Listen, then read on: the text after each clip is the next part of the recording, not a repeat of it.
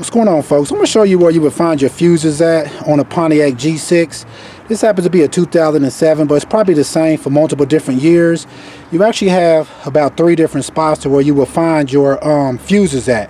One spot is up underneath the hood, which is right here. If you can see, you lift up this panel right here where your battery will go at, and look right up underneath here, and you come over here to the side. You'll see this. Just squeeze these together right here, and you'll have some fuses right here up underneath your hood on your vehicle. Now that's one spot. And now you'll also have a couple other spots. In another spot you'll have your fuses at. If you come into your car on your passenger side, if you look right here, you'll have a panel. I've already taken this one off. You basically just want to pull this panel off like that, and right back here, as you can see, you'll have some more fuses right here also. That's actually inside of your vehicle. And then you have another spot where you see your fuse puller right here where you could take your fuses out.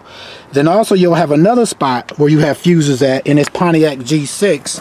When you come into your trunk, you look onto your driver's side of your trunk, but like a little panel. You just kind of want to pull that panel open, and you'll see, kind of push that back. You'll see like a black box right here.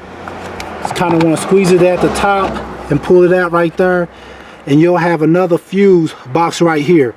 Like for example, say for example, you're having a problem with your sunroof cover back here where your sunroof cover fuses would be at. For example, this is your ones for your sunroof cover right here.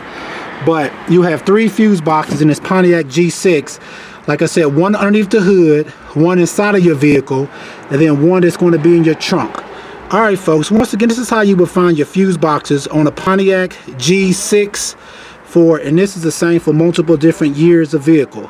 Alright, please check out the other helpful videos. Please like and subscribe. Thanks.